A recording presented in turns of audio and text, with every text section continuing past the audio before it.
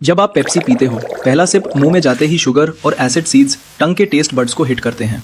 Sweetness brain को reward signal भेजती है और कार्बोनेशन का फिज इंस्टेंटली थ्रोट और स्टमक तक पहुंचता है। स्टमक के अंदर पेप्सी का फॉस्फोरिक एसिड और CO2 फोम एक स्ट्रॉन्ग रिएक्शन क्रिएट करता है।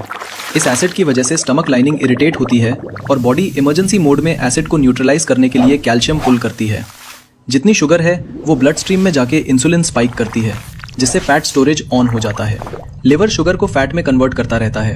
हाई फ्रक्टोज और कैफीन लिवर को ओवरलोड करते हैं। कुछ मिनट्स बाद ब्रेन को इंस्टेंट प्लेजर सिग्नल मिलता है, इसलिए क्रेविंग और बढ़ जाती है। फॉस्फोरिक एसिड बोन से कैल्शियम रिड्यूस करता है, जिससे हड्डी कमजोर होती है।